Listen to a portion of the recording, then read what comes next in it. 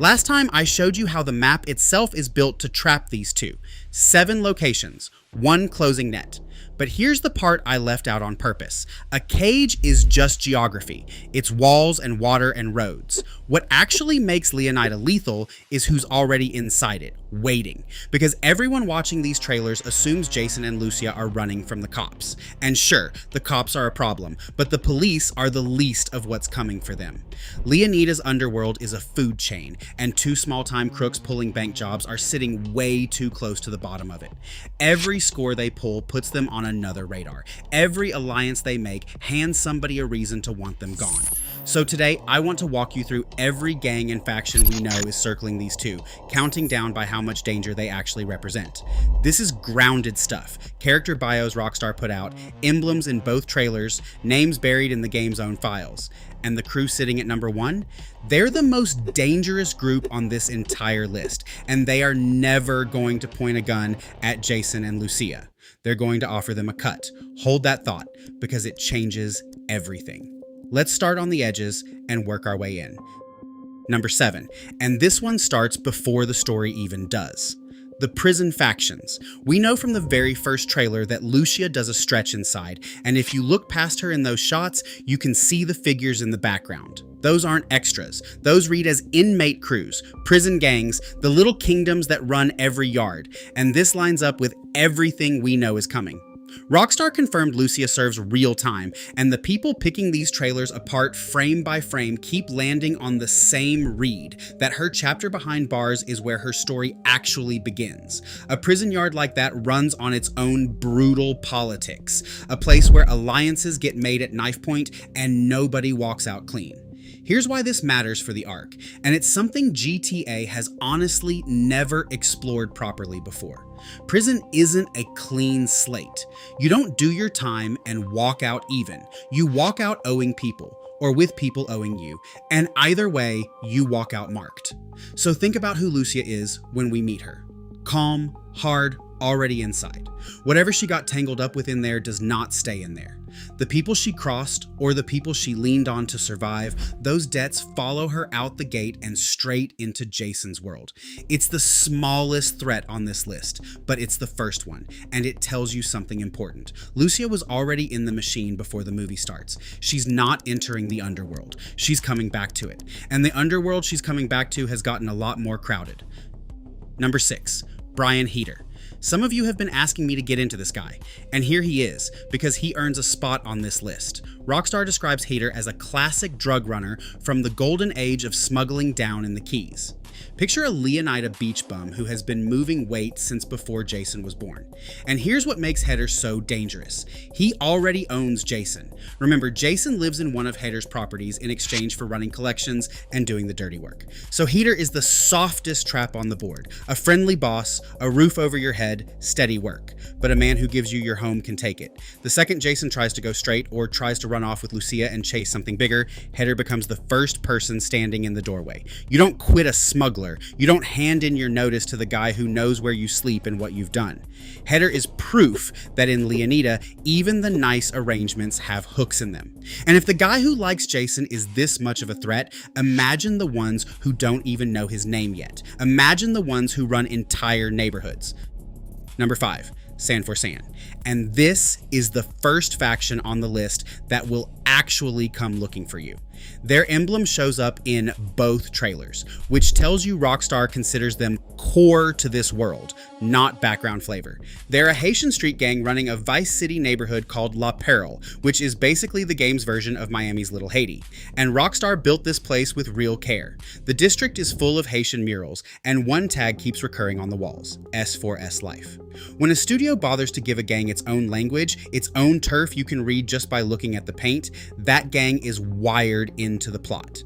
This isn't filler territory you drive through on the way to a mission. Now here's the detail that should make you sit up. The name San for San comes from Haitian Creole, and it translates to blood for blood, an eye for an eye. That is not a name you pick if you're the forgiving type. So why are they a threat to R2? Geography and pride.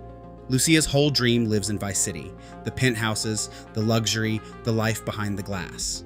but you cannot operate in that city without crossing through territory that already belongs to somebody. And San for San is exactly the kind of crew that treats a stolen car on the wrong block as a personal insult that gets paid back in blood. With most enemies, you can pay them off or lie low until it blows over. A crew whose entire identity is blood for blood doesn't do blowover. You wrong them once, and it's a vendetta that runs the whole game. For a couple trying to move up in that city, San for San is the kind of enemy that never really goes away. Every time you cross them, the debt only compounds. But at least they stay in the city. This next crew owns an entire county, and they don't answer to anybody. Number 4, and this is one of the few gangs Rockstar has flat out confirmed with official screenshots. The Final Chapter Motorcycle Club. Their patch is a hooded skeleton opening a book with the letters MC inside it, and their colors say the club was established in 1982. These are not weekend riders. This is old, entrenched, outlaw infrastructure. And where do they operate? Ambrosia. The industrial county we talked about last time, the sugar refinery, the company town country. Rockstar's own description of the club is chilling if you read it right. They say the Final Chapter provides almost everything the industrial county needs, other than legal employment. Sit with that line. Everything the county needs except legal work. That means guns, drugs, muscle, transport, protection. If Ambrosia is where the dirty money gets moved, the Final Chapter are the ones moving it. So the second Jason and Lucia step up from robbing banks into moving real weight, they are on the MC's roads, using the MC's routes, cutting into the MC's business. And an outlaw club does not file a complaint. They handle it themselves, and they never forget a face. Bikers hunt in packs, they own the highways between every location on this map, and they have nothing but time. Crossing the Final Chapter means you are never really safe on an open road again in the entire northern half of the state. But bikers are still a gang you can see coming. The next one operates in the shadows, and until recently, most players didn't even know its name. Number 3, the Guardia Brothers. And this is where we cross a line from street level into organized crime. You won't find these guys tagged on a wall. Their names surfaced inside the game's own files, including a reference to something called the Guardia Vast Hideout. That name alone tells you the scale we're dealing with. Because a street gang doesn't have a vast hideout. A street gang has a corner. A vast defended compound is the language of a real organization, the kind with soldiers, structure, and a chain of command. So while San for San and the bikers are threats you fight, the Guardia Brothers look like a faction you negotiate with. And that's so much worse. Here's the trap the Guardia Brothers represent, and it's the oldest one in crime storytelling.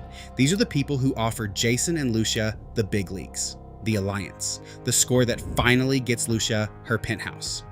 But an organization at this level never gives you a seat at the table for free. You get pulled into their politics, their wars, their betrayals. If you played Red Dead 2, you already know this shape. The gang that feels like family right up until the leader's ambition burns the whole thing down. The Guardia Brothers are the doorway into that. And once you're through it, you don't get to be small time again. You've become useful to serious people, and useful people are the first ones sacrificed when those people need a way out. But even an organization like this answers to something older and bigger. The thing that has run this coast since long before Jason and Lucia were born. Number 2, and now we're at the top of the food chain. The cartels. Rockstar hasn't put a single named cartel boss front and center in the marketing yet, but let me be straight with you about why this is all but guaranteed. Leonida is Florida. Vice City is Miami. This coast, in this franchise, has been the cartel gateway to America since the days of the Vercetti era. The product that everyone else on this list is fighting over has to come from somewhere. It comes through them. And this isn't me reaching. Every serious breakdown of Leonida's underworld lands on the same structure. Latin American cartels at the top, a local mafia beneath them, the street crews scrapping at the bottom. It's a pyramid. In a state built on smuggling lanes running up through the Keys, whoever controls what moves along those lanes are the quiet kings of the whole thing, and they never have to raise their voice. So the cartels don't need to hunt Jason and Lucia specifically. They're something worse than a hunter. They're the weather. They're the reason the whole board exists. Heder moves their product. The bikers distribute it. The street gangs fight over the corners it's sold on. Everybody on this list is downstream of the cartel. And here's the moment it gets personal for R2. The bigger Lucia's ambitions get, the higher up this pipeline she has to reach. You can rob banks for years and stay a nuisance, but the day these two touch real cartel weight, they stop being petty criminals and become a liability to people who solve liabilities permanently. There's no vendetta with a cartel, no beef you can squash. You are simply a number that stopped adding up, and they erase it. The cartel is the ceiling. It's the biggest, coldest force in Leonida, the one everything else on this list answers to. And if Jason and Lucia fly too close to it, it ends them without ever learning their names, which should make them the #1 threat on this list. So why aren't they? Because the most dangerous crew Jason and Lucia will ever meet isn't the biggest one. It's the one they trust. Number 1, Raul Bautista. And if you've been waiting this whole video for the scary cartel boss or the biggest gang, here's the twist Rockstar built right into the story. The deadliest faction hunting Jason and Lucia is the one they choose to run with. Rockstar's own bio lays it out. Raul is a seasoned bank robber, always on the hunt for talent willing to take the risks that bring the biggest rewards. He recruits crews, he plans the scores, and this is the exact line that should worry you. Raul's recklessness raises the stakes with every job, and sooner or later his crew has to either double down or pull their chips off the table. Read that again, because that is a death sentence written in corporate safe language. A leader whose recklessness climbs with every score. A crew that eventually has to bet everything or walk away. Jason and Lucia are exactly the young talent a man like Raul recruits. He is the reason the bank jobs in these trailers keep getting more ambitious. He is the voice saying one more. This next one is the big one. After this, we're set. We have seen this man before. He's Dutch van der Linde in a Leonida shirt. The charming planner whose next big idea is always the one that gets the people around him killed. And the cruel part is that a man like Raul is never really lying to you. He believes it too. He believes this next one is the big one, the score that sets everybody free. That's what makes him so easy to follow and so impossible to survive. You don't walk away from a crew when the man running it is truly convinced the ending is going to be a happy one. And that's why Raul sits at number 1. The cartel might erase you, sure, but Raul is the one who drives you straight into the cartel's path, smiling the whole way, telling you it's the score that finally gets you out. Because that's how these stories actually end. Not with the cops and not with the biggest gang on the map. They end with the friend who couldn't stop, the score that was one too many, the trust that turned out to be the trap. Every other faction on this list is a wall closing in from outside. Raul is the hand on their backs, pushing them toward it. So no, Jason and Lucia were never just running from the cops. They're boxed in by a prison that followed them out, a boss who owns their home, a blood for blood gang in the city, an outlaw club that owns the roads, an organization that offers the poisoned handshake, a cartel that runs it all, and a friend leading them into the middle of it. That's not a roster, that's a noose. We started this series with who these two are, then the map that traps them. Today, the people hunting them through it, which leaves the only question that matters, the one this whole story has been driving toward from the very first trailer. How does it actually end for Jason and Lucia? That's the finale of this series, and it's the one I've been building to the whole time. Subscribe so you're there when it drops, and as always, I'll see you on the pier.